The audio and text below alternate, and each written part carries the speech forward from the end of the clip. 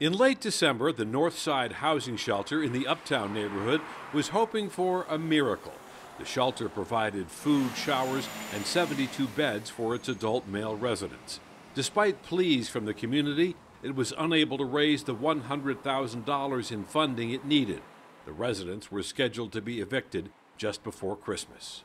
Homeless shelters are often the only option for those on the streets. The city reports nearly 80% of Chicago's homeless stay in shelters. The rest brave it on their own.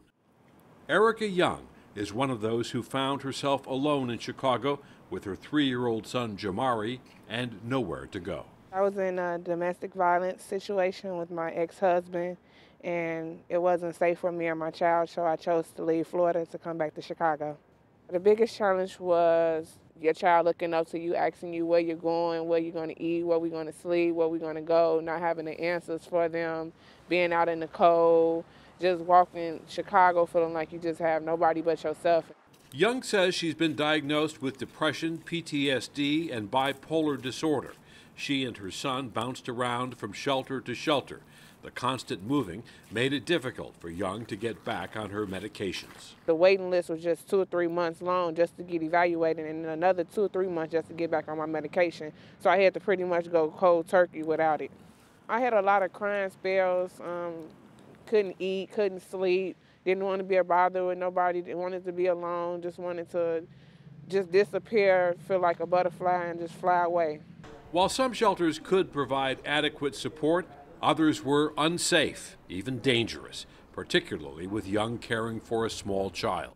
People stealing, not having nowhere to put your stuff at. You're trying to sleep with your stuff on you and keep your child next to you so nobody touch your child. Different people coming in and out of the shelters, you're not knowing their backgrounds and where they come from, and the cleanliness, people not cleaning up behind themselves. The shelters were the only option for Erica Young and her daughter, but others, including Kayla Jackson, feel they must take a different route.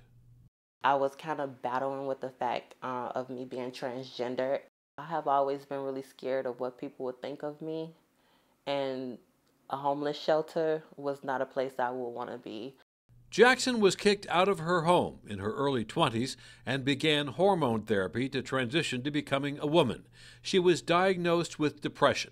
Her street life, combined with prostitution, led to substance abuse. I had medication, but I didn't take it.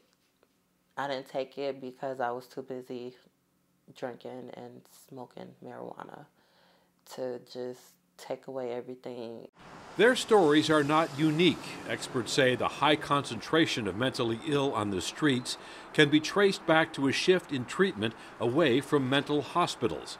Nicole Richardson is Vice President of General Operations with Thresholds, an organization that works with the homeless and mentally ill. People were put in mental hospitals for very, very long times, 20 years sometimes, even longer.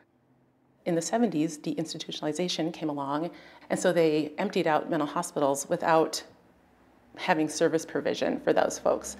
So what we saw at that time was a huge jump in the number of homeless people on the streets. Chicago saw another sharp jump in mentally ill homeless in 2012, when Mayor Emanuel closed 6 of the city's 12 mental health clinics. Many of the people treated at Thresholds have spent years on the streets and need to relearn such basics as relating to other people. One of the things that we work on with folks is just socialization. How do you communicate? How do you have an interactive conversation? Those are things that you and I take for granted, but people lose. People who are homeless, they learn how to survive on the streets. They learn how to be homeless. When they're moving back into society, they have to unlearn some of those things and relearn how to exist in society. Richardson applauds Chicago's efforts to improve individual conditions for the homeless, but says larger systemic challenges must be addressed. I feel on a fundamental level that the city of Chicago is very invested in addressing the issue of homelessness, especially for folks with mental illness. However, our mental health system in the state of Illinois is so fragmented that it's impossible to have all of the key players at the table who need to be to really create a recovery-oriented system of care. There's just not enough funding. There's not enough funding, there's not enough housing. We will never be able to impact homelessness in Chicago, in Illinois, in the United States until we address housing. Mayor Emanuel appears to agree. In 2012, he announced a plan that focuses on homeless prevention, housing, and other services. Since its inception, the city has sheltered thousands of people and expanded shelter space for children and young adults. And those supportive services have made a difference in the lives of many who have suffered mental illness without having a place to live. It feels good to just sleep at night and knowing that we're safe, we're warm, we're not in the cold.